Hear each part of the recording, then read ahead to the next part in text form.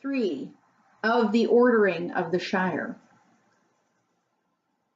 The Shire was divided into 4 quarters, the farthings, already referred to, north, south, east, and west, and these again into each into a number of folklands, which still bore the names of some of the old leading families, although by the time of this history those names were no longer found, only in their proper folklands.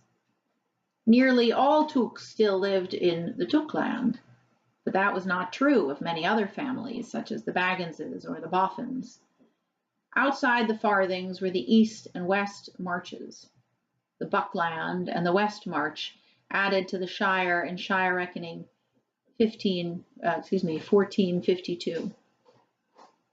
The Shire at this time had hardly any government. Families, for the most part, managed their own affairs. Growing food and eating it occupied most of their time.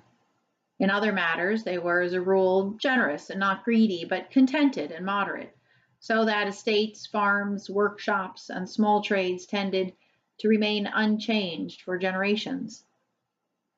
There remained, of course, the ancient tradition concerning the High King at Fornost, or Norbury as they called it, away north of the Shire, but there had been no king for nearly 1,000 years, and even the ruins of King's Norbury were covered with grass. Yet the hobbits still said of wild folk and wicked things, such as trolls, that they had not heard of the king, for they attributed to the king of old all their essential laws, and usually they kept the laws of free will, because they were the rules, as they said, both ancient and just. It is true that the Took family had long been preeminent, for the office of Thain had passed to them from the old bucks some centuries before, and the chief Took had borne that title ever since. The Thain was the master of the Shire moot and captain of the Shire muster and the hobbitry in arms, but as muster and moot were only held in times of emergency, which no longer occurred, the Thainship had ceased to be more than a nominal dignity.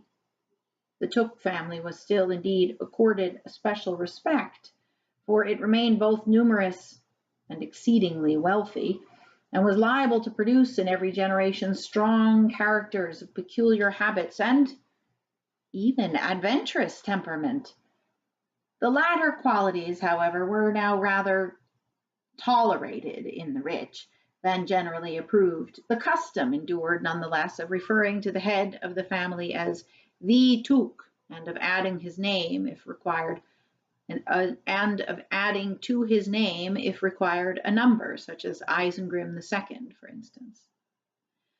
The only real official in the Shire at this date was the mayor of Mickle Delving, or of the Shire, who was elected every 7 years at the free fair on the White Downs at the Lythe, that is, at midsummer. As mayor, almost his only duty was to preside at banquets given on the Shire holidays, which occurred at frequent intervals. But the offices of postmaster and first sheriff were attached to the mayoralty, so that he managed both the messenger service and the watch.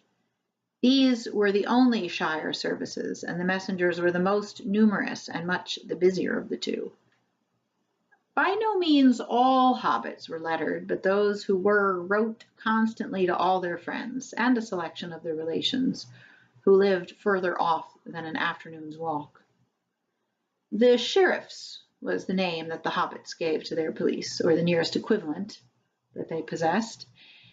They had, of course, no uniform, such things being quite unknown, only a feather in their caps, and they were, in practice, rather haywards than policemen, more concerned with the strayings of beasts than of people.